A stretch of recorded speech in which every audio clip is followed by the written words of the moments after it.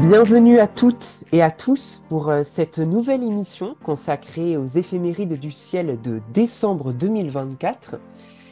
Et pour ce dernier mois de l'année, nous vous proposons plusieurs rendez-vous à ne pas manquer. À commencer tout d'abord le 6 par le passage de Titan devant Saturne. Le lendemain même, nous vous inviterons à l'observation de la plus grosse planète de notre système solaire, à savoir Jupiter, qui passera à l'opposition. Vers la mi-décembre, nous pourrons observer le majestueux spectacle de la pluie des Gyminides, suivi une semaine plus tard par le pic des Ursides. Et enfin, à la fin du mois, nous nous tournerons vers la planète Mercure pour parler de sa plus grande élongation ouest. Ce mois-ci, comme vous pouvez le constater, je suis en compagnie de nos trois chers astronomes amateurs, Mathieu, Pascal et Robin, qui vont pouvoir nous parler de ces événements.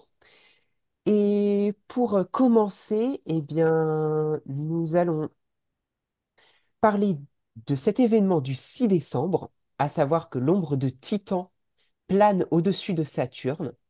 Alors, c'est en fait un transit de la plus grosse lune de Saturne devant sa planète. Et donc, je vais laisser la parole à Mathieu.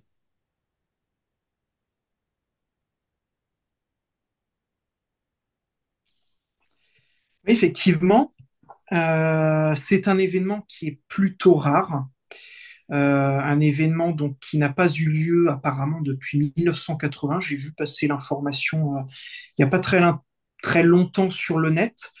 Donc voilà, c'est vraiment pas quelque chose qui arrive tous les ans à chaque opposition saturnienne.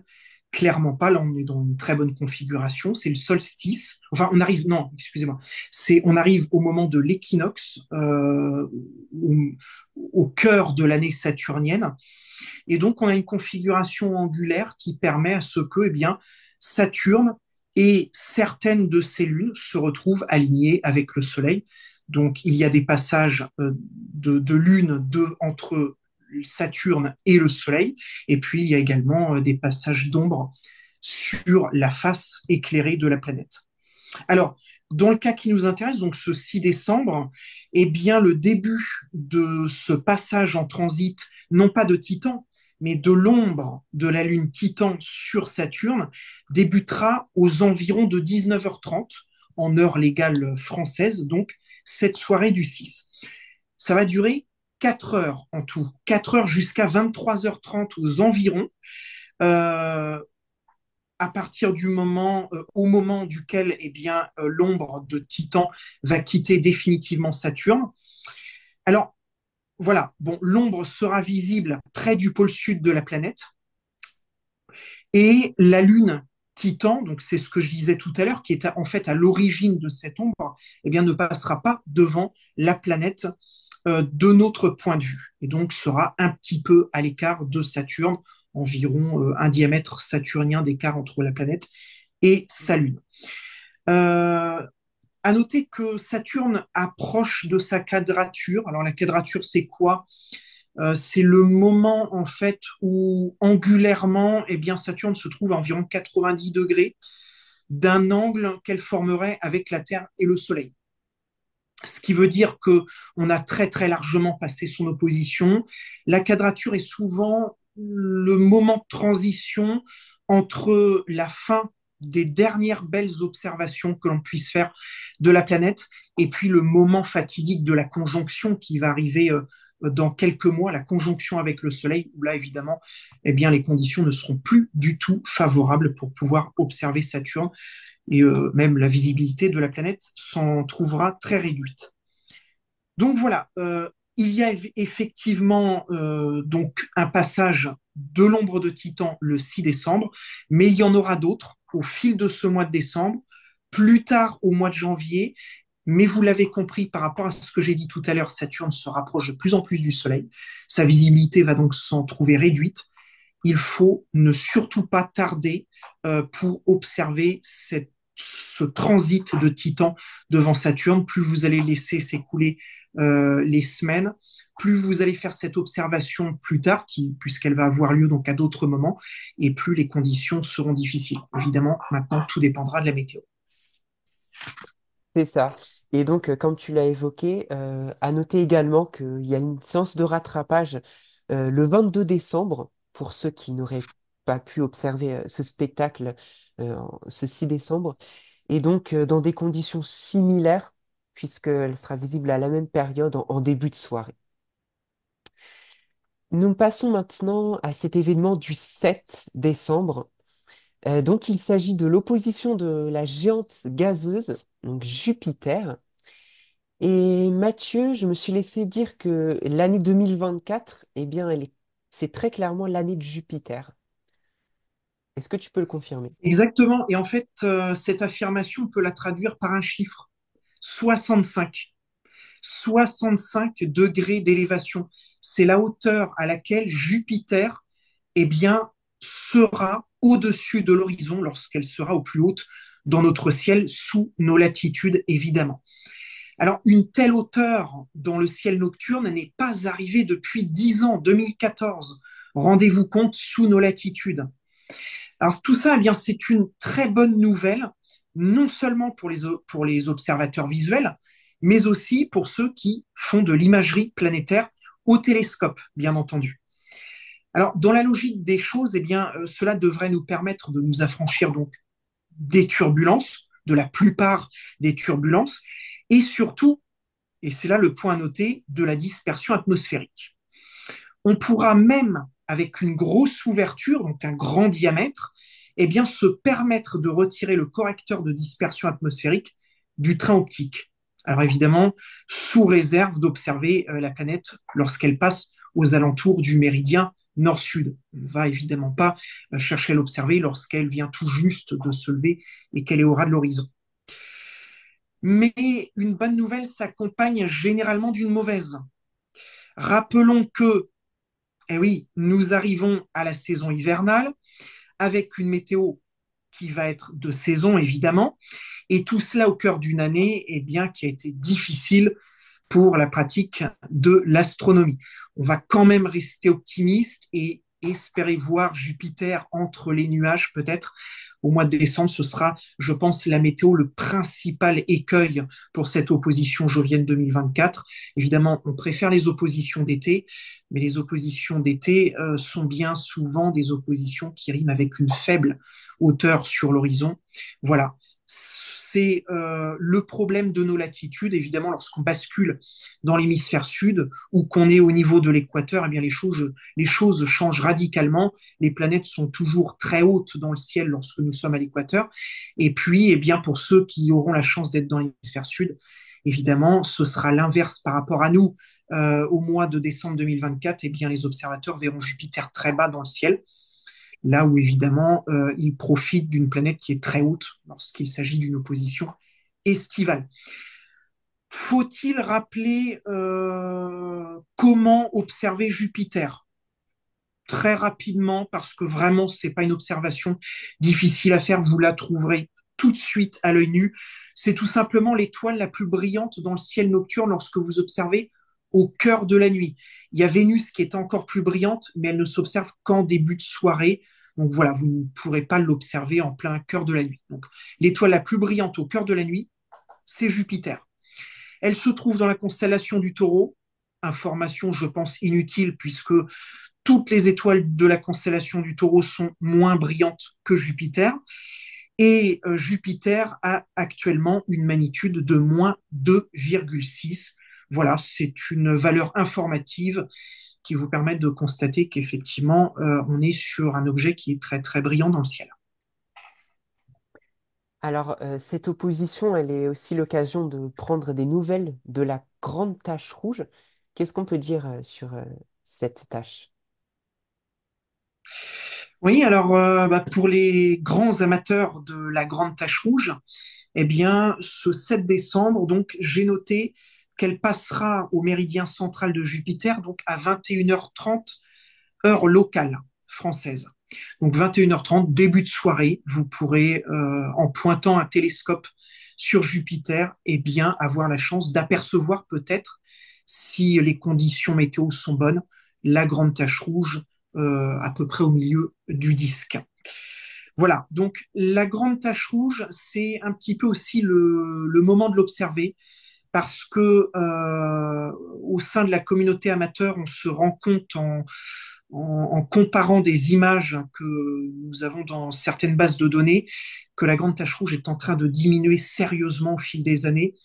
En l'espace de 3 4 ans sur des images amateurs, je ne parle pas d'images professionnelles, je parle d'images amateurs, on est capable de percevoir que la taille de la grande tache rouge s'est considérablement réduite. Alors bon, je dis considérablement, c'est un grand mot évidemment.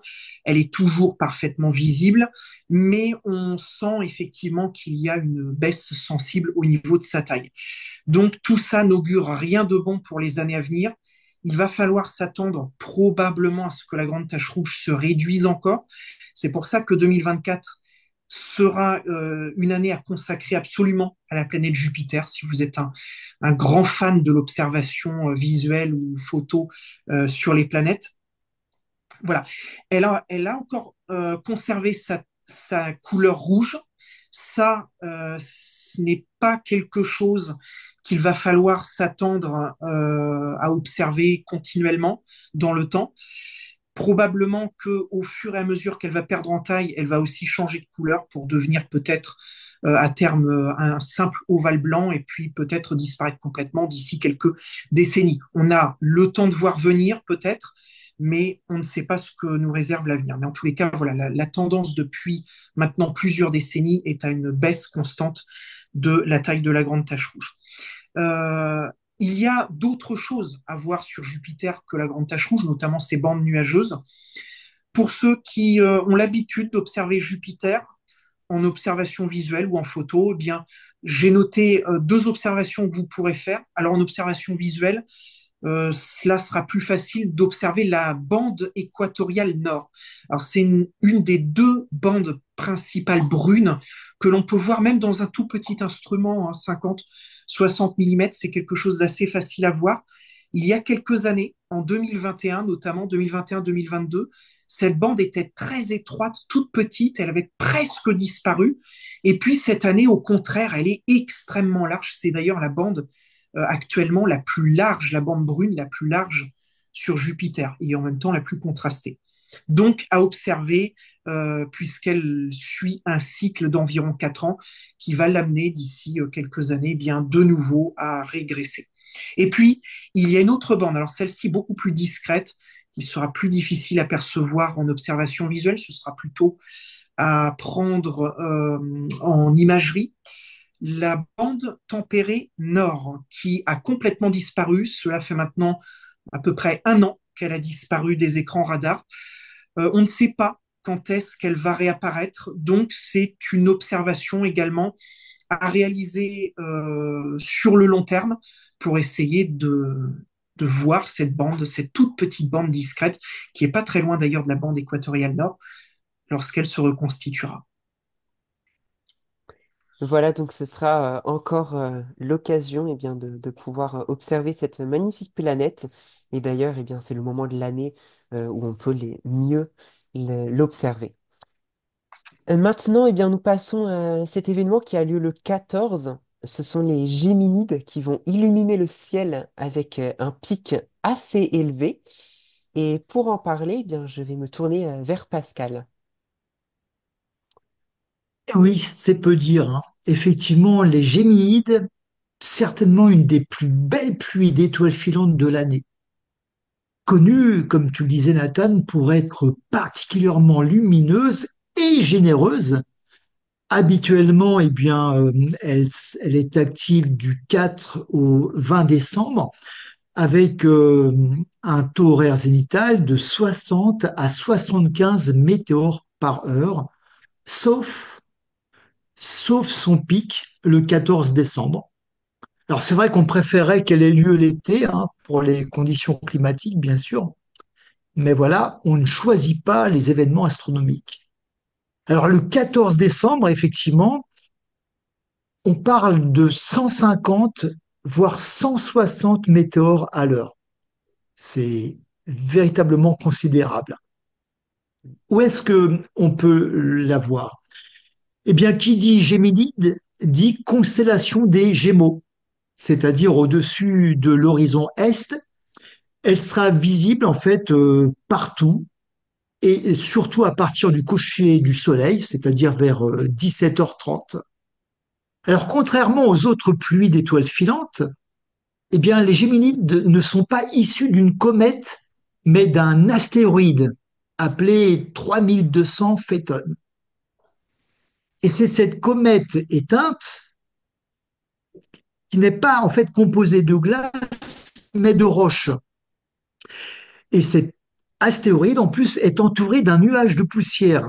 Et on le rappelle, eh bien, c'est le passage dans notre atmosphère qui va embraser en fait cette poussière et va donc illuminer le ciel nocturne. Mais voilà, il y a un hic, c'est que nous serons en pleine lune et l'illumination en fait de la lune sera de 99%. Alors, est-ce que tout est perdu?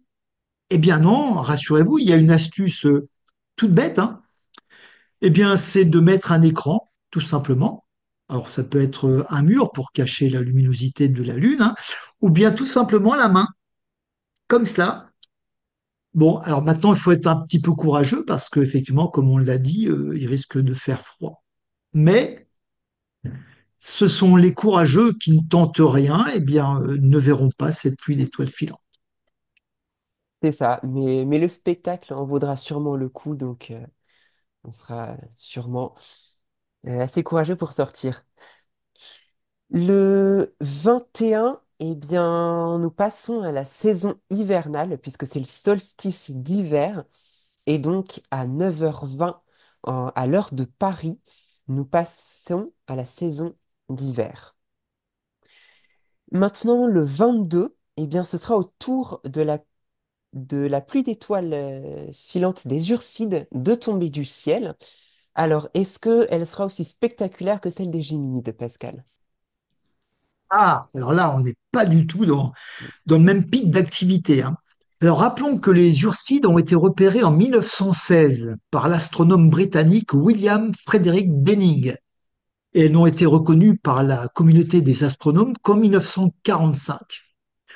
Son activité, en fait, est du 17 au 26 décembre avec un taux zénithal moyen de 10. 10, c'est pas grand-chose en fait, hein. Ça correspond à un météore toutes les 6 minutes en moyenne. Son pic d'activité, hein, on vient de le voir, c'est dans la nuit du 21 au 22 décembre. Et comme tu le disais, Nathan, eh bien, ça correspond à quoi? Eh bien, tout simplement au solstice d'hiver, c'est-à-dire le jour le plus court de l'année. Où est-ce qu'on peut les trouver? Eh bien, c'est dans la constellation de la Petite Ourse. Alors, la particularité de cette pluie, d'étoiles filantes, c'est que comme elle se trouve dans la constellation de la Petite Ourse, ça veut dire qu'elle est toute proche de l'étoile polaire. Ça veut dire quoi? Bien, ça veut dire que finalement, elle va être visible de partout et toute la nuit, bien sûr, dans l'hémisphère nord. En fait, elle ne se couchera jamais sous l'horizon, en tout cas sous notre hémisphère. Les Ursides, bien comme pratiquement à chaque fois, hein. Donc, les pluies de météores sont associées à une comète, bien souvent, hein. Eh bien, celle-ci est associée à la comète 8P Tuttle, qui a été vue pour la dernière fois en 2021 et qu'on retrouvera dans notre système solaire qu'en 2035. Et encore une fois, on le rappelle, hein, c'est chaque fois que la Terre traverse la traînée de débris de poussière laissés sur l'orbite de cette comète que nous allons pouvoir admirer cette pluie d'étoiles filantes. Est-ce que la Lune va nous gêner? 55% simplement. Alors, elle peut effectivement nous perturber un petit peu, mais parce qu'en fait, elle sera dans son dernier quartier. Mais la chance, c'est qu'elle ne se lèvera sur l'horizon est qu'à partir de minuit. Ça veut dire, bien, si vous prenez un petit peu de temps avant, elle ne vous gênera absolument pas. Et certainement que C'est un événement pour les courageux qui ne manqueront pas d'observer donc cette pluie d'étoiles filantes en ce jour le plus court de l'année. Voilà, donc il faudra bien s'habiller pour sortir et repérer eh bien, cette constellation bien connue de la petite ours pour s'armer un petit peu de patience pour pouvoir les observer. Merci Pascal de nous avoir détaillé donc ces pluies d'étoiles filantes. Et nous passons maintenant au dernier événement de ce mois qui aura lieu le 25 et c'est la planète Mercure qui brille à l'aube pour sa plus grande élongation ouest. Alors cette fois-ci, eh bien, c'est Robin qui va nous en parler. Et est-ce que tu peux commencer eh bien, par nous parler de l'observation de la planète à l'œil nu? Oui, bien sûr. Alors Mercure, déjà, en fait, c'est un petit défi de pouvoir l'observer, d'une part parce que, en fait, c'est la planète rocheuse la plus proche du Soleil. Donc ça veut dire que elle a un orbite très très proche, très très resserré. Alors nous, on est au-delà de cette orbite. La Terre est au-delà de l'orbite de Mercure. Et donc, finalement, c'est une planète qui n'est pas très simple à observer car elle est souvent très proche du Soleil, très proche de notre étoile. Heureusement, courant décembre, on aura l'opportunité d'assister à l'élongation ouest de Mercure, ce qui veut dire que elle aura l'angle le plus favorable pour nous pour l'observer. En l'occurrence, ça sera dès l'aube, au petit matin, dès le lever du soleil. Donc voilà, hein, Mercure sera encore très très proche du Soleil et ça sera relativement compliqué de l'observer, hein. Ça sera à l'aube ou au crépuscule. En l'occurrence, au crépuscule, on ne pourra pas la voir puisqu'elle sera sous l'horizon. Et le 25 décembre, Mercure brillera de façon relativement intense. En fait, vous verrez un point lumineux proche du coucher du soleil. En fait, vous observez le coucher du soleil et vous verrez, donc non, pas le coucher du soleil, mais le lever du soleil en l'occurrence, puisque c'est à l'aube. Vous verrez donc Mercure se lever, vous verrez un point lumineux et donc ça sera relativement facile à observer. Donc pour cela, hein, je vous conseille de plutôt être dans un endroit dénué de pollution lumineuse, hein, sans lampadaire, sans éclairage public ou urbain. Et, euh, et je vais vous citer une petite anecdote, justement parce que Vénus, je me trompe à chaque fois, mais Mercure, parce que Vénus, c'est la planète juste après, donc elles sont pas très loin les unes des autres, et c'est un petit peu la même façon de l'observer. Au final, quand on observe Vénus ou Mercure, c'est relativement similaire, mais Mercure est plus compliqué, hein, en l'occurrence, à observer. Une petite anecdote, c'est que dans l'Antiquité, les Grecs pensaient que Mercure correspondait à deux astres différents parce que parfois elle se levait le matin, donc ils voyaient un astre se lever le matin, mais aussi au soir, ils voyaient un astre se coucher. Et ils appelaient respectivement Apollon et Hermès. En réalité, il s'agissait d'un seul et même astre, c'était Mercure. D'accord, merci pour cette petite anecdote. Alors là, on a parlé aussi donc de l'observation à l'œil nu. Est-ce qu'on peut parler de l'observation maintenant aux instruments astronomiques? Oui, alors à l'œil nu, c'est quand même relativement facile, hein, mais voilà, tout ce que vous verrez, ça sera un point lumineux.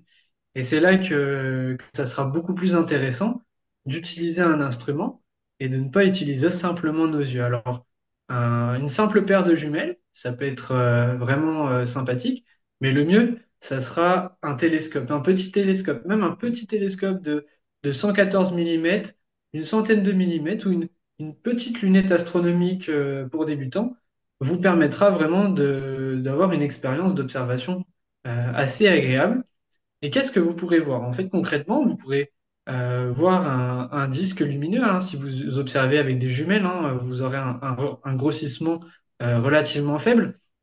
Mais avec un télescope, vous pourrez grossir dans ce disque et en l'occurrence, vous pourrez observer un croissant. Parce que ce qui se passe, c'est que de la même manière que la Lune, Mercure a des phases. Et en l'occurrence, le 25 décembre, Mercure aura la forme d'un petit croissant. Donc ça sera vraiment le moment idéal puisque le soleil sera le plus loin possible. Mais attention, hein, encore une fois, le soleil sera le plus loin possible de Mercure, mais il sera relativement proche. Donc attention avec les instruments, que ce soit avec une jumelle, une paire de jumelles ou un télescope, à ne pas pointer le soleil. Donc essayez de vous faire accompagner d'astronomes aguerris, hein, de préférence, parce que, comme on dit souvent en astronomie, on n'a que deux chances quand on observe le Soleil, un par œil. Donc, faut pas se tromper et faites très attention en observant Mercure et soyez très vigilants de ne pas pointer le Soleil qui sera vraiment pas loin. C'est ça, voilà. Maintenant, est-ce qu'on peut aborder du coup le thème bien sûr l'imagerie et est-ce qu'on peut faire des photos de la planète? Alors oui, c'est tout à fait possible. Tout est possible, hein, on va dire, ou presque. Mais voilà, en fait, Mercure, ça se photographie exactement comme la plupart des objets planétaires, euh, de la même manière exactement que Vénus. Alors, il y a des longueurs d'onde particulières qu'on peut y associer, mais Mercure, avec une simple caméra haute vitesse. Alors l'objectif, c'est d'avoir une caméra avec une fréquence d'image suffisamment importante pour figer la turbulence atmosphérique. Parce que vous savez que sur Terre, on est soumis à de nombreuses contraintes, à l'atmosphère qui va créer des perturbations dans l'atmosphère et en quelque sorte brouiller, flouter l'image qu'on va voir de Mercure. Donc, l'idée, c'est de faire des séries de photos, de vidéos à très haute vitesse, de telle sorte à sélectionner les images qui sont les plus nettes où la turbulence atmosphérique est la plus faible. Alors, si vous disposez d'une caméra astronomique dédiée haute fréquence, c'est très bien, mais vous pouvez également vous initier avec de simples webcams qu'il vous faudra modifier hein, naturellement pour mettre dans votre porte oculaire et vous pourrez lancer des vidéos. Alors, ça sera voilà, du 24, 30, 60 images par seconde. On sera vraiment bien en deçà de ce que peuvent faire certaines caméras astronomiques, mais ça sera une première façon de s'initier à la photographie planétaire. Donc, concrètement, qu'est-ce que vous pourrez prendre en photo? Eh bien, vous pouvez voir à l'œil et avec un instrument le croissant de Mercure, mais vous pourrez aussi le résoudre au travers d'images astronomiques. Donc à vous de jouer. Voilà, donc merci pour tous ces conseils pour l'observation de la planète Mercure. Et on le rappelle, eh bien, faisons attention au Soleil. Avant de conclure notre émission, ce mois-ci, eh bien, je vous propose cette image rétrospective, alors signée Mathieu, du passage de la comète C 2023 A3 Tsushinshan, qui a été prise donc en date du 21 octobre 2024 avec un appareil photo réflexe EOS 90D. Et si vous souhaitez visionner plus d'images encore de cette comète, eh bien n'hésitez pas à vous rendre sur la chaîne de Mathieu, donc l'explorateur du ciel, où il y a consacré eh bien, une vidéo spécialement sur cette comète. Merci encore eh bien, à tous de nous avoir suivis une nouvelle fois pour cette émission consacrée aux éphémérides de décembre. Et on vous donne donc rendez-vous le mois prochain pour de nouveaux éphémérides. Et en attendant, eh bien, on vous souhaite de bonnes observations à toutes et à tous.